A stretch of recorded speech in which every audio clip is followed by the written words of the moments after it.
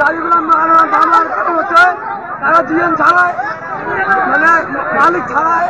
তারা সিগনেচার করে আমাদের মানে ডুপ্লিকেট কাগজ দিয়ে তারা আমাদের দেখাচ্ছে যে এই কাগজটা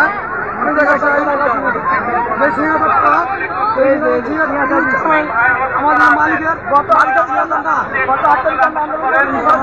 8 তারিখে কিভাবে এটা সম্ভব? আমরা মালিককে আন্দোলন করেছি